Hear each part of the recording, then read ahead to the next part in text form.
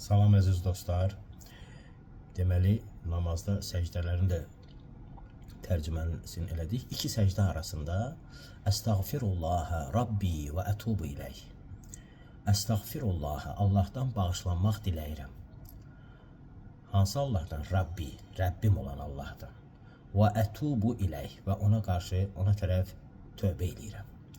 İstiğfar o qədər əhəmiyyətlidir ki, Salih Peyğəmbər öz qövmünə Qur'an-ı Kərimdə Nəml surəsi 27-ci ayədə buyurur ki, Qalə, ya qavmi, limə təstəcilunə bis-seyyiəti qabləl həsənə. Niyə siz yaxşılıqdan qabaq pisliyə tələsirsiniz? Ləvlə təstəğfirunallaha ləalləkum turhamun. Niyə siz Allahdan bağışlanmaq diləmirsiniz ki, mərhəmət olunasınız? Bu istiğfar çox əhəmiyyətlidir. Namazda da bu istiğfarı eləmək müstəhəbdir, savabı çoxdur və Allah da bizə onun müqabilində mərhəmət göstərir. Sağ olun.